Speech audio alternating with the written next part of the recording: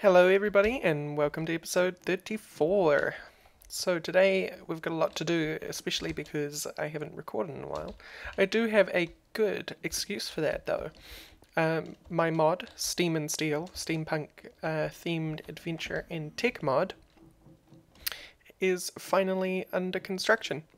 I'm working with a absolutely wonderful coder, and they are going to help me make Steam and Steel a real thing.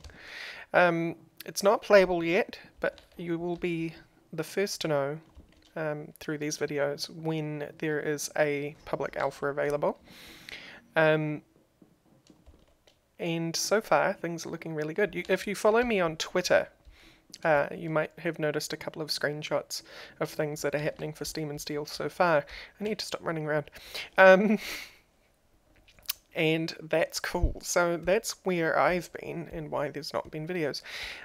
If you need to find out why there's a delay in videos or anything for me, follow me on Twitter, because I tend to talk on Twitter all the time and keep people up to date there quite frequently when things are happening and why they're happening and when they're happening.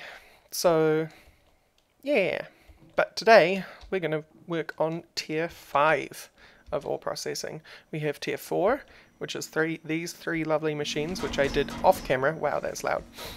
And these three machines process things into shards. I don't have any ore, but I do have a whole bunch of shards that have already been processed. About 2,000 pieces of copper waiting to be processed by the rest of the system. In the meantime, we are going to work on, somewhere around here, the creation of the creation of sulfuric acid. Sulfuric acid is a little bit tricky to make. It has a complex set of machines that are required, but I've already made them in advance, so all we need to really do is figure out a layout and set them up. So we need a couple of chemical infusers, which I've made. I've also made all the rest of it that I need, and you'll see how that goes in a second. The keen-eyed of you will notice that there is 7 of each of these, and 7 ores that need to be processed. We need a chemical injection chamber. We don't need that third one, I made that by mistake. So, what we need to do is I'm just going to quickly come down here, and it's going to be built around here somewhere. We have 2 chemical infusers, a chemical oxidizer, and a chemical injection chamber. This chemical injection chamber is going to create sulfur, an item. And the way that it makes sulfur is by you provide it with hydrogen chloride, like we do here, and that hydrogen chloride with gunpowder, the gunpowder gets turned into sulfur. Then the sulfur goes into the chemical oxidizer. So if I look at this recipe, we want the mechanism sulfur because that's what we'll be producing. That gets turned into sulfur dioxide. You'll just have to trust me since there's no mouse over for this. That gets turned into sulfur dioxide. That sulfur dioxide then goes into a chemical infuser with a bunch of oxygen. So I also have some electrolytic separators up there, and becomes, if I look in here, we want sulfur trioxide. So sulfur dioxide plus oxygen becomes sulfur trioxide, right? So that's what this infuser is going to do, and then this one produces sulfuric acid out of trioxide and water vapor. And you get water vapor by using these rotary condensators, and they rotate the heck out of water and turn it into water vapor. So that's going to be cool. So I have all that stuff ready, actually. I have my electrolytic separators for the oxygen, and I have my rotary condensators for the water vapor. So all I have to really do is set that part up. So what I'm going to do is I'm going to set that up off camera, just because I might be playing around with a few designs, and that means the time lapse would go on forever, and I'll come back once I've got something set up to show you. So I'll see you soon. Alright, I'm back. So let's take a look at this crazy Rube Goldberg machine I've got going here. So from this hydrogen chloride tank, it comes out and around and up and back into the thing. You might think that's kind of a waste of space when I could just go across there, but I like to be able to walk through things and walk around my base easier. Then it goes, that hydrogen chloride fills up this injection chamber into this here slot. From that slot we put in some gunpowder. Gunpowder gets turned into sulfur. From that sulfur, this item translocator will pass that on to the oxidizer. There it goes. And that gets turned into sulfur dioxide, which just got drained out, goes into here with the oxygen, gets converted into trioxide to sulfuric acid, with the water vapor being produced by these rotary condensators. There's water being produced up the back there. What have we got going here? Yeah, I forgot to do this again. Alright, so that's cool. Then those rotary concentrators, another 3 of them, turn it back into a liquid from a gas, so that we can then, as you can see, it's ticking back and forward there. It's turning it into liquid so that we can store it in a tank. So if I go and run all the way over here to our tank farm, in this tank, I'm also storing water by the way, in this tank we've got sulfuric acid being stored for us to use. Awesome. So the next thing I want to do, because we aren't producing gunpowder at any sort of alarming or sustainable rate, I wanted to set up a level emitter to make sure that there's always enough gunpowder in the system. So the way we want to do that is we don't want to emit a signal when levels are below, emit when levels are below or equal to limit. Yeah, no, we want it above or equal to the limit, and we want to say we want to keep 64 gunpowder. And then we take out that block and we hook it up to the rest of the system. And then from there, that is emitting a signal. This should be saying active with signal. Should be move single items or craft them. So why isn't that happening? Ah, right, because I haven't set the front of it to be a import slot. Clear those, please. And we want to set the blue to the right hand side. Dark blue. Cool. So now that is filling with gunpowder, and it won't go as soon as this, as you can see, active with signal. As soon as the signal turns off, because we go below 64 gunpowder, this will stop putting more gunpowder into here. And the reason why I say 64 is just because 1, it's a nice round number, and 2, there might be something else I want to use gunpowder for and not have to go into the system. The other thing is that with it being set to craft, if I have any creeper, where is it? Creeper essence, that creeper essence will be used automatically to craft more gunpowder as it needs it, without me having to do it manually. So now we are getting lots of sulfuric acid, or it should be. It's a very slow system, this one system. It is 1 injection chamber, 1 oxidizer, and the necessary 2 infusion chemical infusers. Which means we're not producing it very quickly, but we won't need to, because fortunately this thing will run and try and produce sulfuric acid even when the processing system isn't using it. So the next part of what we have to do is we have to set up that processing system and also deliver sulfuric acid to it. So we need ore washers. Where are they? Whoops, accidentally crashed the recording because I hit F11 while doing things.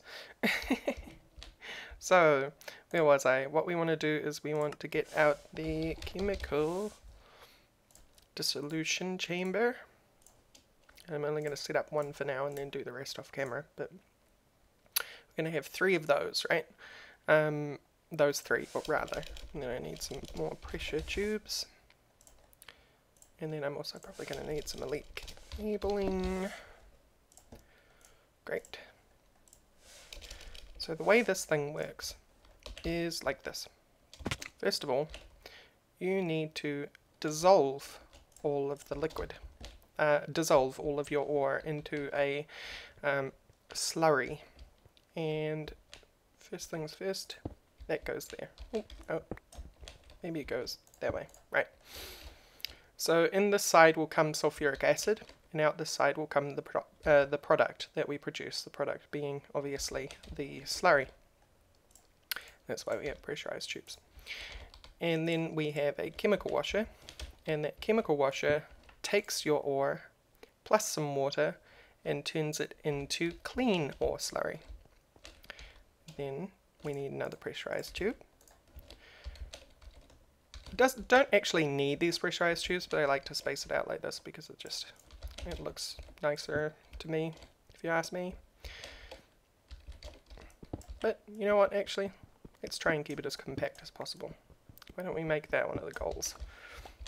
Right, so ore washer, crystallizer. This crystallizer takes your clean ore slurry and turns it into crystals, which we then put back into this system, this subnetwork, by attaching it to whatever side we can. Cool. So first things first is we need to get the sulfur over here, and that means we're going to need some more rotary condensators.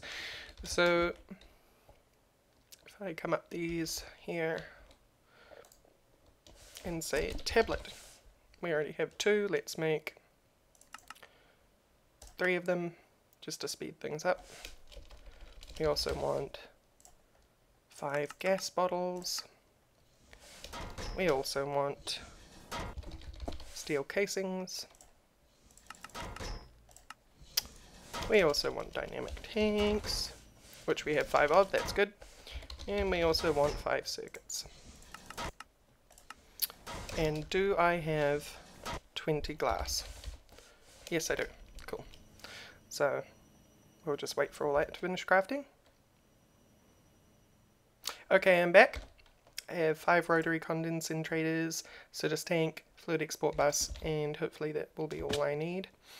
But if we come across to here and add these rotary condensators, we'll just make sure that liquid on the left. Nope. Liquid on the right. Cool.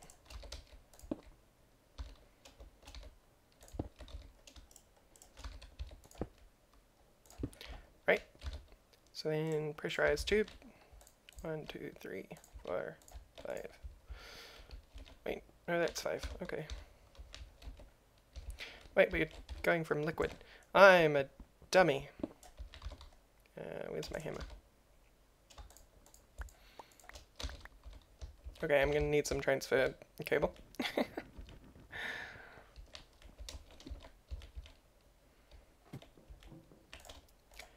We need a liquid node and some transfer pipe. And why not some speed upgrades just to make sure that that goes quickly.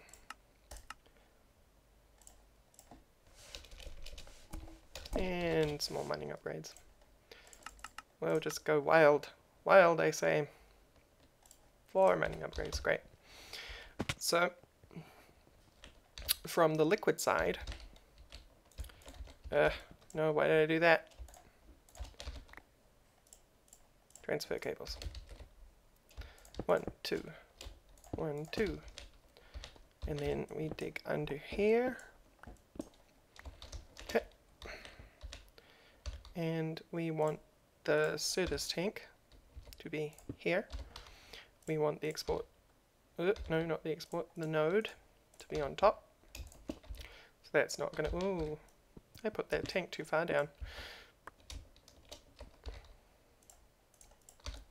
tank. Node. Right. Speed upgrades. Mining upgrades. Then we'll dig underneath.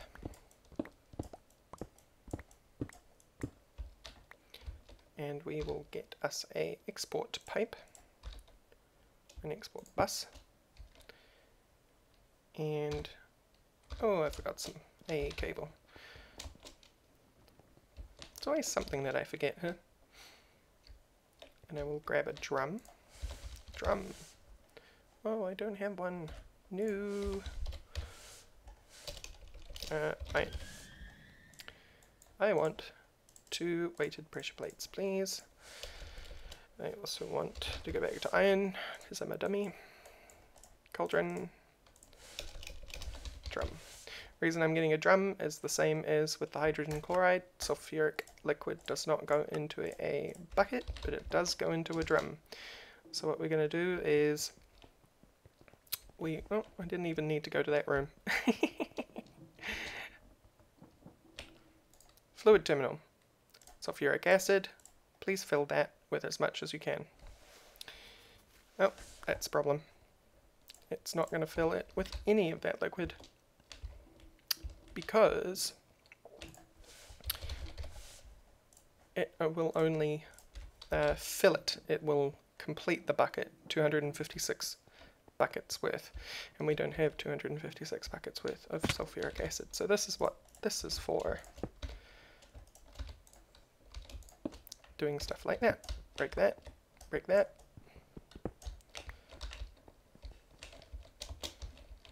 We now at least have a drum that is tagged as sulfuric acid, which is all we need. Because then we go back to here and say sulfuric acid. Awesome.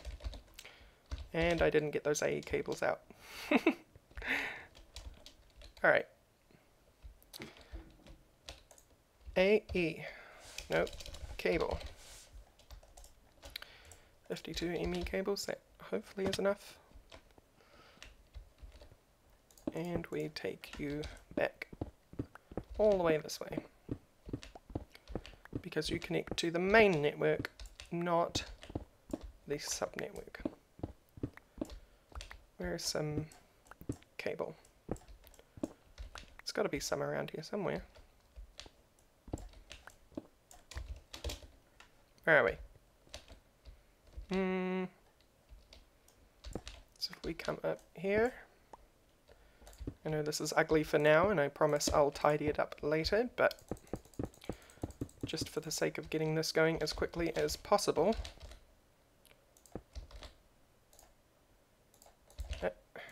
There. Great. Then we can cover that back up, because these will now be having or as soon as I toggle it, it will. These will now be making gas. That gas will go from here, 5, 6, 7, so it'll all fit just nicely. And those, once they receive power, which is also easy enough,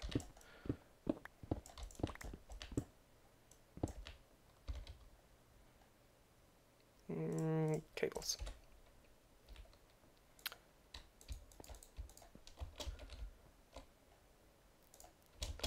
Alright.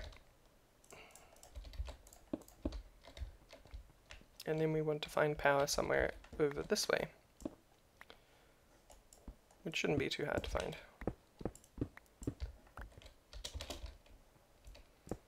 Right, game. Oh, didn't mean to do that. There we go, found the power anyway. Universal cable.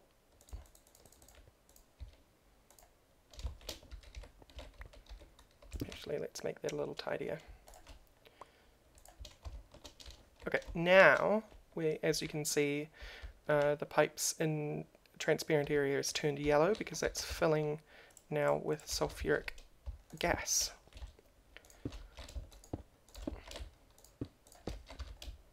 Sulfuric acid gas. And then that, hopefully, after I eat some delicious steak, is filling this with sulfuric acid, which it is. Awesome. Now we need to get water here, and that is why, partly why I've created a water tank in the tank farm, because then we can simply say export please and Certus tank. Now there is a good reason I'm using these tanks, and I'm not sure I'd explained it before, but because of the way the fluid export and import system works in extra cells, it is best to have as few export and import points as possible. That's also why we have an extra liquid node here, because as soon as this tank gets done, you want more quartz. Quartz. Block of quartz. Uncraft. Thank you. And then I'll just cancel that. Tank. Because of the way you want to have as few import and export points on your liquid system as possible, because it fights. It will only deliver and extract one type of liquid at a time. So if you have 7 water export points, it will fight for which one is exporting at any one time, which is a pain. And then we'll get some speed upgrades and some mining upgrades.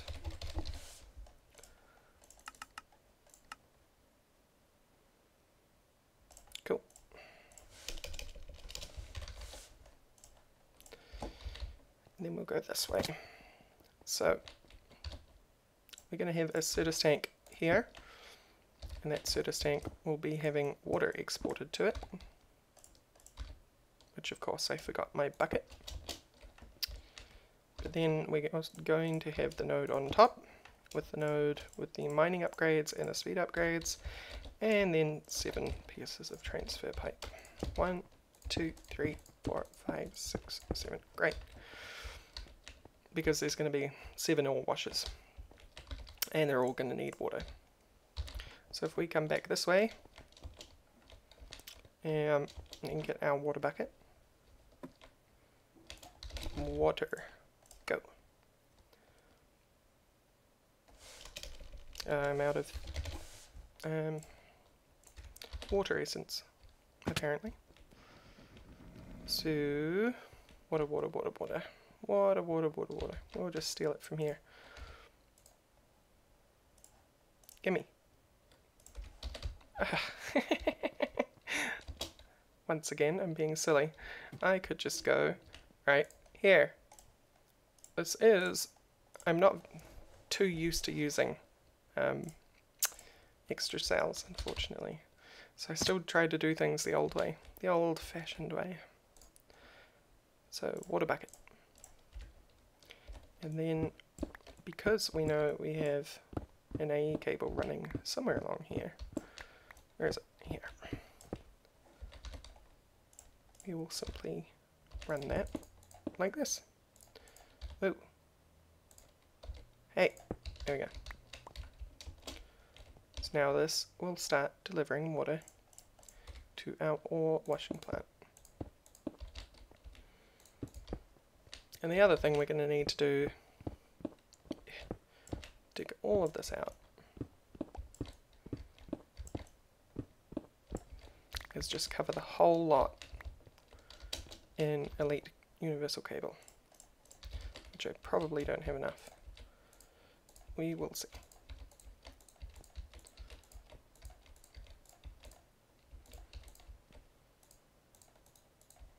Nope, I do. That's good. And then we know from digging around that there is cable somewhere under here. Right. So now everything has power. The only thing we now don't have to finalize this is a single piece of ore. So let's go on a journey around the base to some of the unfinished areas, because there's probably some ore in the walls that I haven't picked up.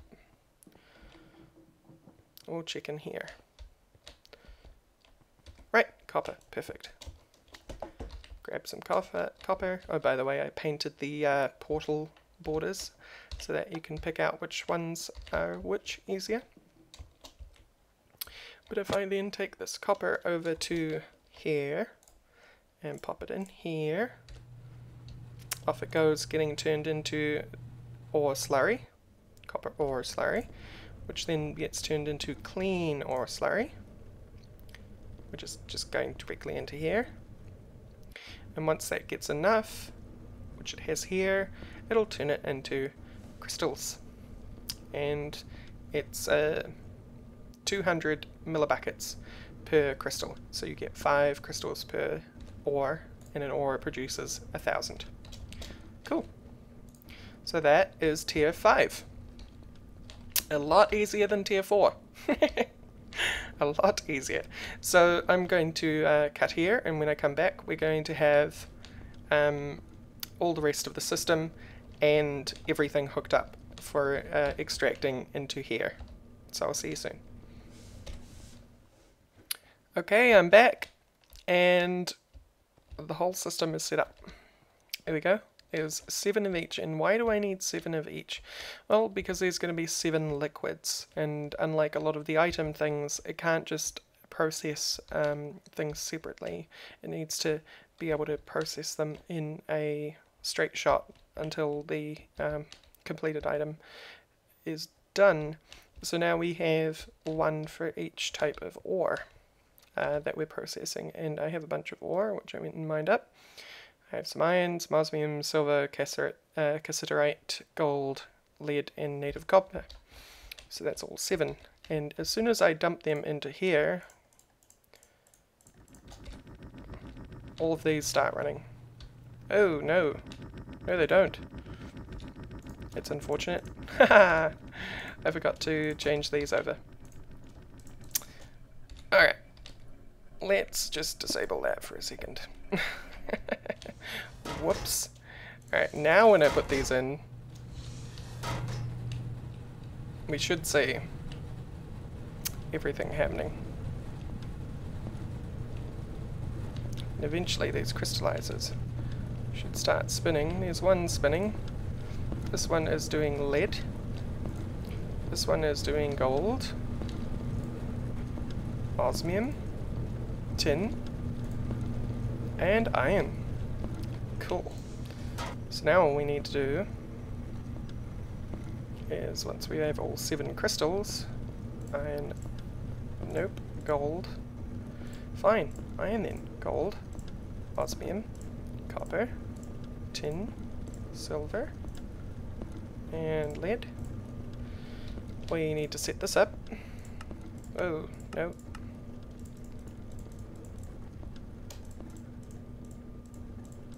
Cool. Memory card. Shift right click, right click, and it's all got crystals. So then we hook it up. Bam. Now these start processing the crystals that we're producing. We now successfully have 5 times ore processing. So how do we put this to use? Well, one of the ways we can put that to use, and for the purposes of finishing out this episode, is the digital miner. So, digital miner. Look at the recipe for that. Take some logistical sorters, a robot, a couple of atomic cores, and some teleportation cores. So what I'm going to do is I'm going to build one of those, and I'll be back once I'm ready to show it off. See you soon. Alright, so here we are out the front of the base. It's been a while since we've been out here on camera, but we are for the purposes of this demonstration. This is the digital miner.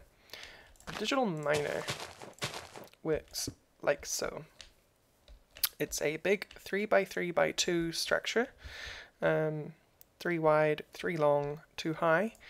And the way that it works, and I've pre-configured it, if I look at the config here, we've got all these audit filters, but I'm going to delete all of them because I want to show you how this works. Cool. So, digital miner. What it does is it looks for all the ore underground that you have asked it to look for. So you can specifically say, in this configuration, I want to look for some iron, and the way that the ore dictionary works is everything is prefaced with ore. So if I say ore, iron, tick, it says, okay, I found some iron, and I'll save that. So now we've got iron. We'll do that for gold, or gold, save,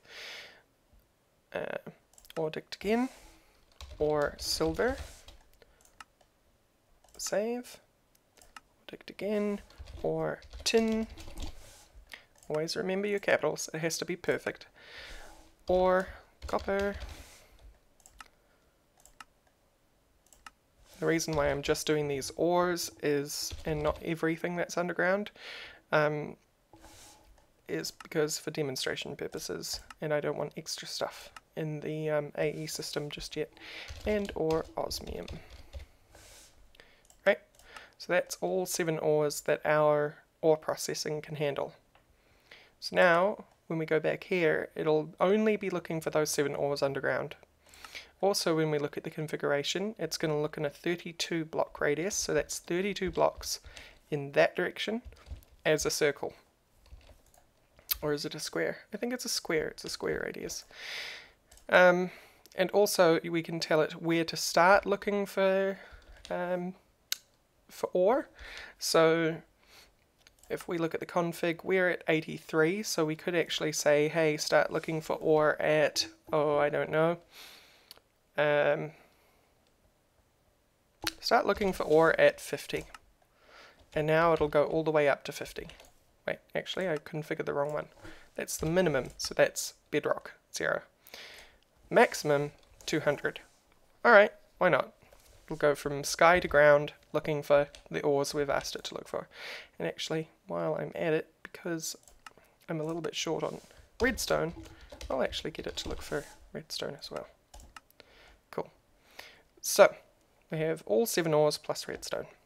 The other thing we can do is we can put in inverse mode, which means it'll pick up absolutely everything except the stuff we put in the dictionary. I'm not entirely sure what I would use that for, but hey. Then you have reset. Reset clears your config and all your settings. Auto eject. Auto eject is off because we're going to be using a transfer node to pull it out. Every extra setting that you have on uses more power. So, you know, if we can pull it out but via a node, that means we don't have to spend power pulling it out of itself. Silk touch. Here we see using 3.43 kilojoules per piece of ore if we turn Silk Touch on. Now it's using 20.6, so a lot more. Silk Touch obviously pulls the ore out of the ground as is. So we're going to be pulling redstone as if it's just digging up redstone, rather than as redstone blocks, but I don't mind. Auto pull means that it'll pull from this replace block. So you can replace anything it's digging up with another block. So when it picks up, say, iron ore, for instance, that iron ore block then gets replaced with any cobblestone that you're feeding into the system. But we're not going to do that either. So I have this transfer node, which I'm going to stick on the back. This is where things get ejected from. This is the output slot. And then I'm simply going to put an ender chest on the back, which is set to wait. This chest is set to my AE system. So everything that this pulls out will go straight into my main AE system, not the subsystem. Next thing we're going to do is we're going to power this thing by putting an energy cube up in that battery slot. We could of course hook it up to the heart of the mountain, but that's a really long way to take the cord, and we may as well just use ultimate energy cube, right? So now all I need to do is hit start, and as you can see it starts digging things up. And the node starts pulling things out. Cool. So if we go back to the base,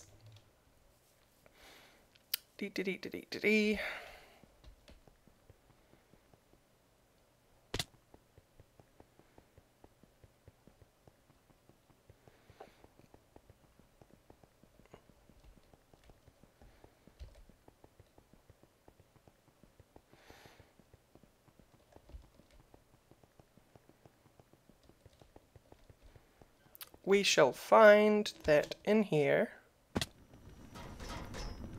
all of these will be going off, or some of these will be going off. Which ones are going? This one's going, which is what? Osmium. And I hear you going. Copper. And this one? No, that's the osmium. So we've got a couple going at the moment, and so we just have to wait until other things get put into the system. But otherwise, it is functioning perfectly. We now have 5 times ore processing and an automated way to mine. So we're going to be flush with resources for a very long time now. The other thing that I wanted to talk about was way back in episode 20 something, I set up a different kind of automated mining, and that is actually just sitting there doing nothing.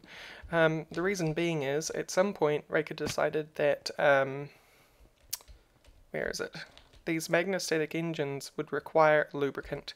There's absolutely no way at this point in our tech tree for this series that I can supply that kind of lubricant that it needs. It needs a lot of lubricant, and even that farm that we have for the canola oil, running automated at full speed would not be able to feed a single magnostatic engine non-stop. There's just no way. A tier 5 one anyway. So we had to give up on that little endeavour, unfortunately. But we've got the digital miner for now. And we have 5 times ore processing. So I think that's where I'm going to finish the episode. And next episode we'll come back and do some more magic type stuff. What I want to do is get fighting some of the Ars Magica bosses, because I'd like to acquire some infinity orbs so I can get further into the talent tree. So I'll see you all next time. Thanks for watching.